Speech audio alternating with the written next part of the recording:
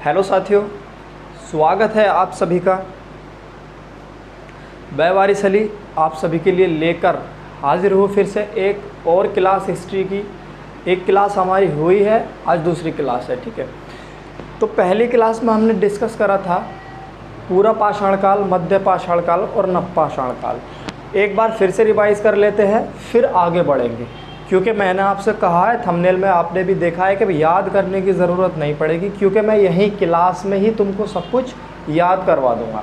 तो याद कैसे होगा? बार बार रिवाइज करने से। तो देखिए, हमने पाषाण काल में क्या क्या पढ़ा, देख सुनो। पहले हमने पूरा पाषाण काल पढ़ा। पूरा पाषाण काल में हमने देखा कि मानव जो था खाना बदोश था, खाद्य संग्रह था, और पूरा पाषाण काल में सबसे महत्वपूर्ण आग की खोज हुई थी। ठीक। दूसरा मध्य पाषाण काल हमने पढ़ा। मध्य पाषाण काल में जो है अंत्येष्टि कार्यक्रम की शुरुआत हुई थी, और यहाँ पर जो है पत्थरों का आकार छोटा हो गया था, यानी कि छोटे छोटे पत्थरों का प्रयोग मानव करने लगा था। तीसरा हमने नवपाषाण काल पढ़ा है। नवपाषाण काल में हमने पढ़ा कृषि की शुरुआत की, मानव ने कृषि करना शुरू किया और आवास बनाए, कुत्ता का पालना शुरू किया, कुत्ते को पाला नवपाषाण काल में। ये सब चीज़ें हमने देख ली है। अब हमने नवपाषाण काल में बात की थी कृषि की, कि कृषि की शुरुआत हुई है। ठीक है, कृषि की शुरुआत हुई।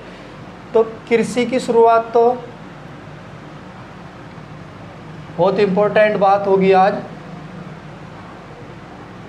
कृषि की शुरुआत हो गई 7000 BC। ठीक है, 7000 BC। अब अगर आपसे ये पूछ ले कि कृषि की शुरुआत हुई कहाँ से है, सबसे पहले कृषि मानव ने कहाँ पर की, तो आपका जवाब होगा सबसे पहले कृषि मानव ने पाकिस्तान के मेहरगढ़ में की थी।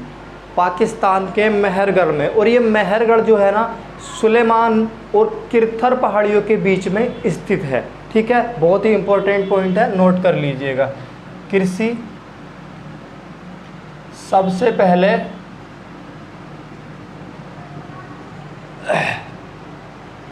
पाकिस्तान के मेहरगढ़ में, मेहरगढ़ से शुरुआत हुई। ठीक है, मेहरगढ़ से शुरुआत हुई।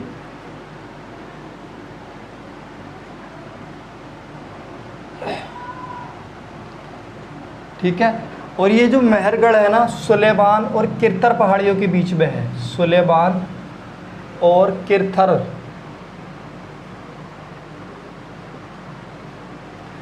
पहाड़ियों के बीच में।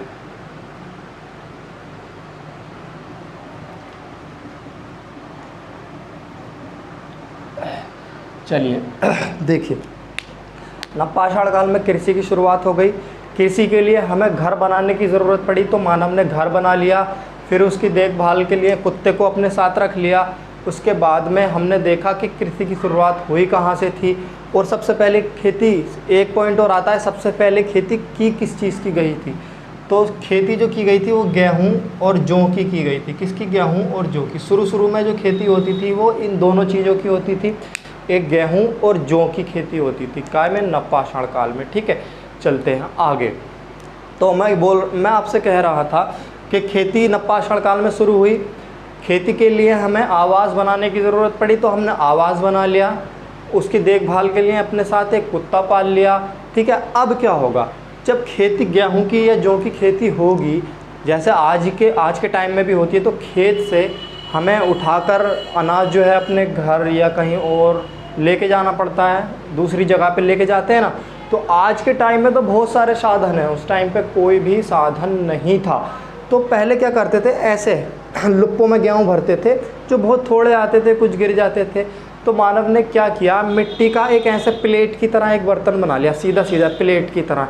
ठीक है, फिर जैसे जैसे टाइम बीतता गया वो उसको थोड़ा ऐसे बड़ा करता गया, ऐसे ऐसे ऐसे ऐसे करता गया। उसने उसको ऐसे गोलाकार दे दिया, ऐसे उसको क्या दे दिया, गोलाकार। क्या? अनाज उसमें ले जाने के लिए। ठीक है, अनाज उसमें ले जाने के लिए। तो उसमें थोड़ा सा ज़्यादा अनाज आ जाता था, जो उसने मिट्टी का बनाया था। उसी को हम कहते हैं, जो मिट्टी का बर्तन बनाया था उसी को हम कहते हैं मृद भांड। ठीक है, मृद भांड।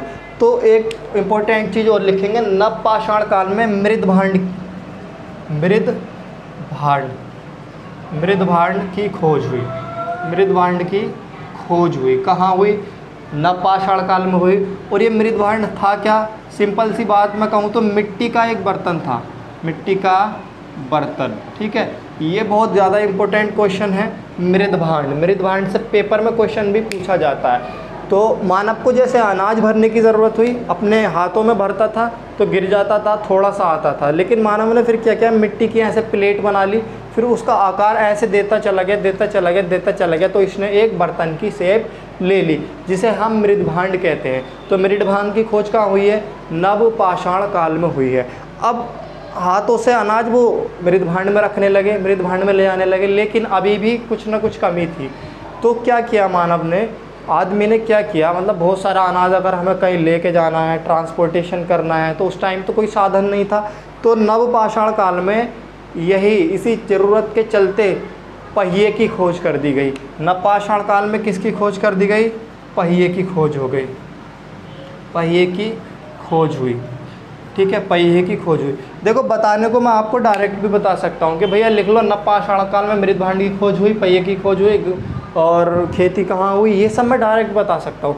लेकिन अगर आप गौर करें, अगर आप ध्यान से क्लास ले रहे हैं, तो आपको इस बात का एहसास होगा कि सारी चीज़ें कोरिलेट करके एक स्टोरी के टाइप में मैं आपको हिस्ट्री पढ़ा रहा हूँ, जो कि एक ईजी वे है और आपको आसानी से याद हो जाएगा। तो बस आपसे यही कहूँगा कि ध्यान से क्लास देखिए। ठीक है, आपको हिस्ट्री में बिल्कुल मास्टर बन जाओगे आप, चिंता मत करो। ठीक है, तो भैया पहिए की खोज हो गई यहाँ। और एक इम्पोर्टेंट खोज और हुई थी नवपाषाण काल में, तांबे की खोज हुई थी। काय की? तांबे की। क्या हुआ था यार? तांबे की खोज और हुई थी एक। तो ये हमारा आज नवपाषाण काल कंप्लीट हो गया है। ठीक है, नवपाषाण काल कंप्लीट हो गया। जो कल कुछ पोर्शन रह गया था वो भी मैंने आज आपको करा दिया है। ठीक है, तो नवपाषाण काल जो है, सबसे पहले तो नवपाषाण काल सबसे छोटा काल है, ये हम जान चुके हैं। नवपाषाण काल में कृषि की शुरुआत हुई 7000 BC। ठीक है, और कृषि सबसे पहले हुई कहाँ है? पाकिस्तान के मेहरगढ़ में, किरथर और सुलेमान पहाड़ियों के बीच में हुई है। फिर कृषि के लिए आवास की ज़रूरत पड़ी तो आवास बना लिया गया है ना, नवपाषाण काल में स्थायी आवास बनाया मानव ने। उसके बाद में कुत्ता पाला, कुत्ता पालने के बाद में वही बर्तन गेहूँ रखने के लिए है ना, तो उसको क्या कहते हैं हम? मृदभांड कहते हैं। मिट्टी का एक बर्तन बना लिया उसने। उसके बाद में पहिए का आविष्कार कर लिया, क्योंकि अनाज ले जाने के लिए उसे पहिए की आवश्यकता पड़ी। ठीक है, आगे बढ़ते हैं।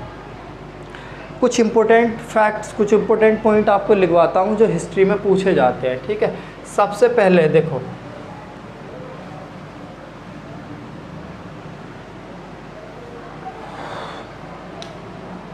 सबसे पहले मानव कंकाल कहाँ मिला, ये पूछा जाता है। सबसे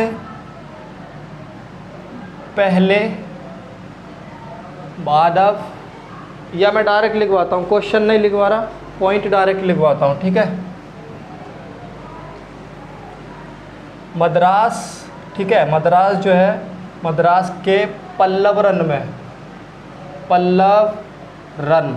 ठीक है, पल्लव रन में मानव खोपड़ी का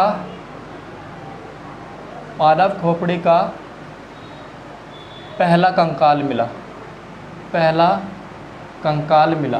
तो क्वेश्चन आपसे ये पूछ लेगा कि सर्वप्रथम या सबसे पहले मानव कंकाल कहाँ मिला, तो आप लगाओगे मद्रास के पल्लव रन, या फिर चेन्नई, मद्रास चेन्नई के पल्लव रन में। ठीक है, तो मानव कंकाल सबसे पहले कहाँ मिला है? मद्रास के पल्लव रन में मिला है। और ये जो कंकाल था, ये क्या था? मानव की खोपड़ी थी। क्या थी? खोपड़ी थी। दोनों बातें याद रखनी है। दूसरी चीज़ देखिए, मानव ने सर्वप्रथम पहला चित्र लिख लो, चलो, पहला चित्र, मानव ने पहला चित्र MP के मेहरगढ़, तो पल्लवरन, मेहरगढ़ में खेती हुई और पल्लवरन में कंकाल मिला। और ये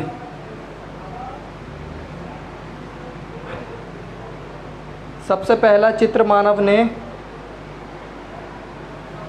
मध्य प्रदेश के भीमबेटका में बनाया। भीमबेटका, ठीक है, भीमबेटका में बनाया। अब एक बात बताओ, ये पाषाण काल का टाइम की बात चल रही है। पाषाण काल में आदमी, मानव जो है, अगर चित्र बनाएगा तो काहे का बनाएगा? ताजमहल का बनाएगा क्या? कुतुब मीनार का बनाएगा है? या किसी पार्क का बनाएगा या किसी और चीज़ का बनाएगा? है ना, ये बताओ किस चीज़ का बनाएगा? भाई ये सब तो उस टाइम पे था ही नहीं। उस टाइम पे दो चीज़ें थी, बस खाना खाओ और आराम से रहो, ठीक है। तो खाना खाने के लिए आदमी क्या करता था? शिकार करता था, आखेट करता था। तो वही मानव बैठा भाई, जैसे आज भी हम खाली बैठते हैं, पहले के टाइम में टाइम नहीं कटता था तो अलग अलग गेम खेलते थे, है ना। डंडा फेंका, पेड़ पे चढ़ गए, गिट्टी रखी, बॉल मार दी, इस तरह के खेल खेलते थे। उस तरह से मानव बैठा, एक कोई आदमी बैठा था और आराम से ऐसे कुछ बना रहा था, धरती पे बैठा हुआ, ज़मीन पे बैठा हुआ बना रहा था। आज भी हम कहीं बैठते हैं तो कुछ ना कुछ ऐसे करने लगते हैं ज़मीन पे, कुछ लोग होते हैं ऐसे। तो वो बना रहा था, तो उसके दिमाग में तो सिर्फ एक ही बात थी। क्या बात थी उसके दिमाग में, बताओ?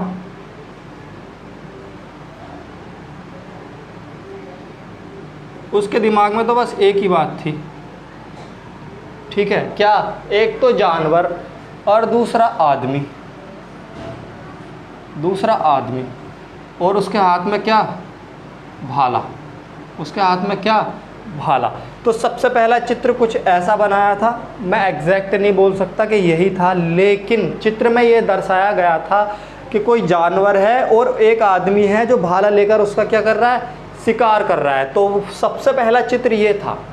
सबसे पहला जो चित्र बनाया गया मध्य प्रदेश के भीमबेटका में बनाया गया, और वह चित्र क्या था? शिकार करता हुआ आदमी। शिकार करता हुआ आदमी, वही क्या था? हमारा सबसे पहला चित्र था। चलो अब देखते हैं उत्तर प्रदेश से क्या मिला है हमें। उत्तर प्रदेश के कोल्डी हवा, एक जगह है कोल्डी हवा, इसको याद रखना। कोल्डी हवा से चावल के साक्ष्य मिले हैं। किसके? चावल के साक्ष्य मिले हैं। क्वेश्चन पूछ लिया जा सकता है कि कोल्डी हवा से किस चीज़ के साक्ष्य मिले हैं, या पूछ लेगा चावल के साक्ष्य कहाँ से मिले हैं। तो उत्तर प्रदेश के कोल्डी हवा से हमें क्या मिला है? चावल के साक्ष्य मिले हैं, ठीक है। दूसरा, कश्मीर की बात कर लेते हैं। कश्मीर से गर्त आवास के, कश्मीर के बुर्ज होम, एक बुर्ज होम जगह है कश्मीर में, बुर्ज होम से गर्त आवास के साक्ष्य मिले। गर्त आवास क्या होता है अभी समझाता हूँ। गर्त आवास के साक्ष्य मिले। तो ये जो बुर्ज होम है ना, गर्त आवास का मतलब होता है जैसे ज़मीन में गड्ढा कर लो, जैसे देखा होगा आपने, कुत्ते लोग जो होते हैं ज़मीन में गड्ढा कर लेते हैं और उसमें बैठ जाते हैं। तो वो क्या होता है, ज़मीन के अंदर जो घर बना लेते हैं ऐसे खोद खाद के, उसी को गर्त आवास कहते हैं। तो कश्मीर के बुर्ज होम से हमें क्या मिला है? गर्त आवास के साक्ष्य मिले हैं। चावल के साक्ष्य हमें कहाँ से मिले हैं? रिपीट कीजिए मेरे साथ। चावल के साक्ष्य हमें कहाँ से मिले हैं? उत्तर प्रदेश के कोल्डी हवा से मिले हैं, ठीक है। मानव ने पहला चित्र कहाँ पर बनाया था? मध्य प्रदेश के भीमबेटका में बनाया था, और वो चित्र था क्या? शिकार करता हुआ आदमी था, ठीक है। और मानव कंकाल सर्वप्रथम कहाँ से मिला?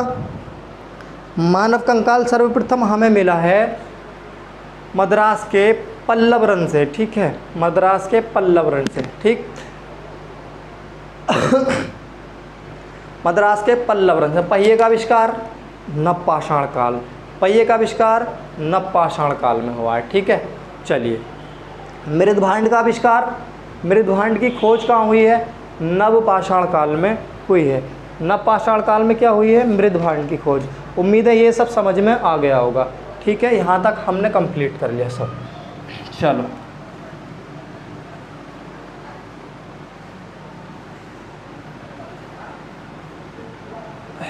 अभी तक जो हम काल विभाजन पढ़ रहे थे इसका, तो वो हम पढ़ रहे थे लिखित साक्ष्यों के आधार पर, क्योंकि देखो प्रागैतिहासिक काल में कुछ भी लिखा हुआ नहीं मिला है, आद्य ऐतिहासिक काल में लिखा मिला है लेकिन पढ़ा नहीं गया है, ऐतिहासिक काल में लिखा भी मिला है, पढ़ा भी गया है। तो ये हो गए लिखित साक्ष्यों के आधार पर है ना। लेकिन भैया एक और आए, क्रिश्चियन जॉन थॉमसन, उन्होंने कहा भैया हम इसको नहीं मानते, हम लिखित के आधार पर नहीं बांटेंगे, हम तो जो साक्ष्य मिले हैं, जो चीज़ें मिली हैं उनके आधार पर इसका काल विभाजन करेंगे। तो उन्होंने काल विभाजन किया इतिहास का, तो उसे कहा गया या तीन युगीन काल विभाजन पूछ लेगा एग्जाम में क्वेश्चन, त्रियुगीन काल विभाजन या तीन युगीन काल विभाजन किसने किया है। तो बड़ा सिंपल सा जवाब देना है, क्रिश्चियन जॉन थॉमसन। ठीक है, क्रिश्चियन जॉन थॉमसन, ये नाम याद रखना, क्रिश्चियन जॉन थॉमसन। ठीक है, इन्होंने काल विभाजन कर दिया किसके आधार पर, इन्होंने लिखित के आधार पर तो नहीं किया, इन्होंने किया मिले जो साक्ष्य थे उनके आधार पर, पुरातात्विक स्रोत के आधार पर किया था। ठीक है, साक्ष्य जो मिले थे उन्हें, या अवशेष कह सकते हैं, अवशेष यानी कि जो चीज़ें बच गई थी, जो गल गई थी, सड़ गई थी, मिट्टी मिल गई थी, वो ख़त्म हो गई, मिले अवशेषों के आधार पर, है ना। इन्होंने किया था मिले अवशेषों के आधार पर, अवशेषों के आधार पर। ठीक है, आधार पर कैसे देखो, प्राग ऐतिहासिक काल जो था, प्राग ऐतिहासिक सेम है, बस थोड़ा सा चेंज है। प्राग ऐतिहासिक जो था उसमें हमें क्या मिला था, प्राग ऐतिहासिक काल में क्या मिला था ये बताओ, पत्थर की चीज़ें मिली थी ना, पत्थर मिले थे और कुछ तो नहीं मिला था, और कुछ नहीं मिला, तो पत्थर मिले यहाँ पर मिले पत्थर, तो इसे पाषाण काल कह दिया उन्होंने, इसे पाषाण काल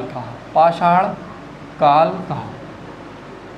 ठीक है, समझना बात को। क्रिश्चियन जॉन थॉमसन ने पाषाण काल इसे क्यों कहा, क्योंकि यहाँ पत्थर का प्रयोग मिला, पत्थर ज़्यादा मिले हैं। पूछ सकता है प्रागैतिहासिक काल को पाषाण काल क्यों कहा जाता है, तो सिंपल सा जवाब है क्योंकि यहाँ पर पत्थर बहुत ज़्यादा मिले थे, पत्थर का प्रयोग ज़्यादा था। ठीक है, उसके बाद आता आद्य ऐतिहासिक, उसके बाद आया आद्य ऐतिहासिक। ठीक है, आद्य ऐतिहासिक काल में क्या मिला, कांसा मिला है इन्हें, कांसा क्या मिला है, कांसा मिला, क्या मिला, कांसा मिला। ठीक है, कांसा मिला, तो इसे कांस्य युगीन सभ्यता कह दिया, कांस्य युगीन सभ्यता कहा, युगीन सभ्यता।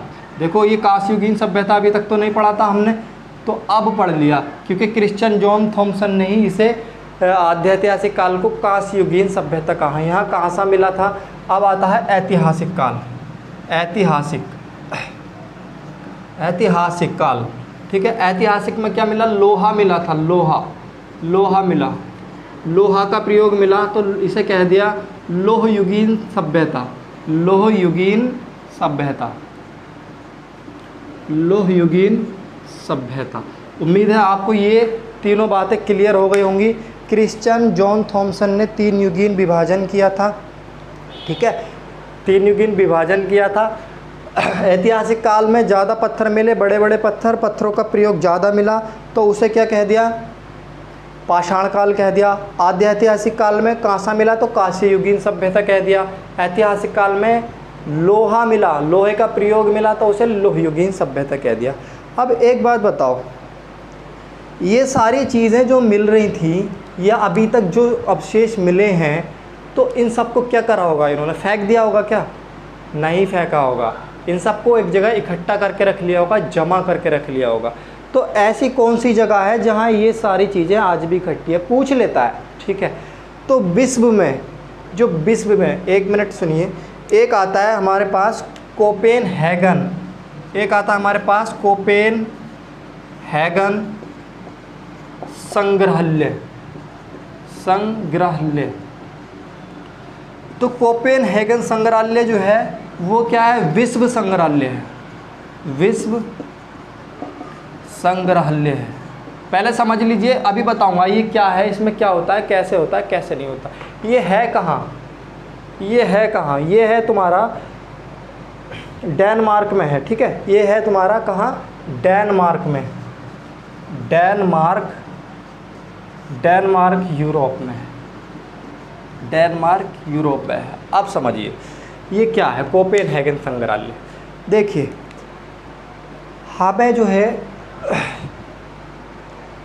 उस समय में मान लीजिए मृदभांड मिला, मिट्टी के बर्तन मिले, ठीक है। तो मिट्टी के बर्तन ऐसा तो है नहीं एक ही मिला होगा, 2 4 10 5 जो भी मिले हों, मैं गिनती तो कराऊंगा नहीं, ना ही मैं उसके बारे में बताऊंगा, ठीक है। तो इन्होंने क्या किया, ये जो कोपेनहेगन संग्रहालय है डेनमार्क में, ये बोले भैया 1 या 2 जो मृदभांड है वो हमें दे दो, है ना। ये लेके और डेनमार्क चले गए, यूरोप, ठीक है। वहाँ पे जाने के बाद इन्होंने एक संग्रहालय बनाया और वहाँ पे रख दिया, ठीक है। वहाँ पे रख दिया म्यूज़ियम टाइप से, है ना। तो वहाँ पे रख दिया ताकि लोग आएंगे, इसे देखेंगे, पुरानी चीज़ों को ऐसे करके। तो जो भी चीज़ मिलती गई ये उसमें से 1 2 ले जाते रहे और वहाँ पे रखते रहे, वहाँ पे रखते रहे। तो पूरे विश्व से यानी भारत से नहीं, पूरे विश्व से इकट्ठा करके जो पुरातात्विक स्रोत थे, बचे हुए अवशेष थे, वो सब तुम्हें कहाँ मिलेंगे, यहाँ मिलेंगे, कोपेनहेगन संग्रहालय। और इसको कहते हैं हम विश्व संग्रहालय। पूछ सकता है कोपेनहेगन संग्रहालय को क्या कहा जाता है, विश्व संग्रहालय, है ना। यह विश्व संग्रहालय कहाँ पर है ये भी पूछ सकता है, डेनमार्क, है ना, यूरोप में है। तो कोपेनहेगन विश्व संग्रहालय में क्या है बताओ। ये पूछ सकता है कोपेनहेगन विश्व संग्रहालय किसके लिए प्रसिद्ध है, तो पुरातात्विक लिखेंगे, पुरातात्विक स्रोत के लिए प्रसिद्ध है। कोपेनहेगन संग्रहालय किसके लिए प्रसिद्ध है, काय के लिए प्रसिद्ध है, पुरातात्विक स्रोत के लिए प्रसिद्ध है, क्योंकि ये सब पुरातात्विक स्रोत ही तो हैं जो हमें चीज़ें मिली हैं, समझ गए। तो अब ये तो विश्व का संग्रहालय हो गया, पूरी दुनिया का, पूरी दुनिया में, है ना। लेकिन ऐसा ही कुछ भारत में भी तो होगा, भारत में भी तो होगा, जो भारत की चीज़ें मिली हैं वो रखी गई होंगी। तो भारत में भी है, भारत में भी है। ये रफ कर दूं, ये रफ कर देता हूँ, भारत में भी है, ठीक है। उसके बारे में अभी पढ़ाता हूँ, 1 मिनट रुको बस। ये मैं इसको रफ कर देता हूँ। कोपेनहेगन संग्रहालय हो गया विश्व संग्रहालय, है ना, कोपेनहेगन संग्रहालय, ठीक है। तो भारत में पुरातात्विक संग्रहालय, है ना, भारत में पुरातात्विक संग्रहालय ऐसे लिखेंगे, भारत में पुरातात्विक संग्रहालय, पुरातात्विक संग्रहालय, ठीक है।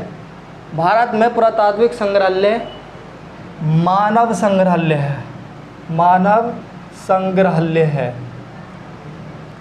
जो इसका नाम क्या है, मानव संग्रहालय। भारत में जो पुरातात्विक स्रोत का संग्रहालय है, जहाँ पे ये सारी पुरातात्विक चीज़ें रखी गई हैं, उसे मानव संग्रहालय उसका नाम है। और ये स्थित है भोपाल में। कहाँ पर है ये, भोपाल में है, भारत में। कहाँ, भोपाल में। तो ये जो मानव संग्रहालय है ना, यहाँ पर आपको सारी पुरातात्विक चीज़ें मिल जाएंगी, ठीक है। लेकिन एक फैक्ट और है, एक फैक्ट और है इससे संबंधित। तो इस मानव संग्रहालय का नाम जो है बदल दिया गया है, मानव संग्रहालय का नाम बदलकर इंदिरा गांधी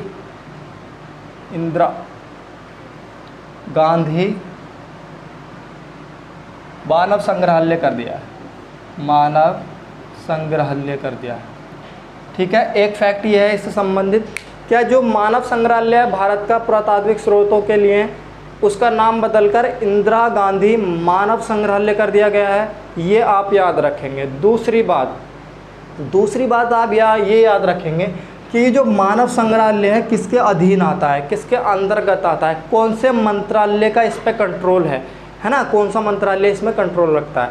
तो मानव संग्रहालय, ये बहुत इंपॉर्टेंट पॉइंट है, मानव संग्रहालय संस्कृति मंत्रालय के अधीन आता है, ठीक है। संस्कृति आता है, संस्कृति मंत्रालय के, बस ये चीज़ें हैं। ये चीज़ें आपको कहीं नहीं मिलेंगी, मुझे उम्मीद है, ठीक है। आप किताबों में भी देखोगे तो बहुत मुश्किल से मिलेंगी, और किसी भी चैनल पर आपको ये सब चीज़ें नहीं मिलेंगी।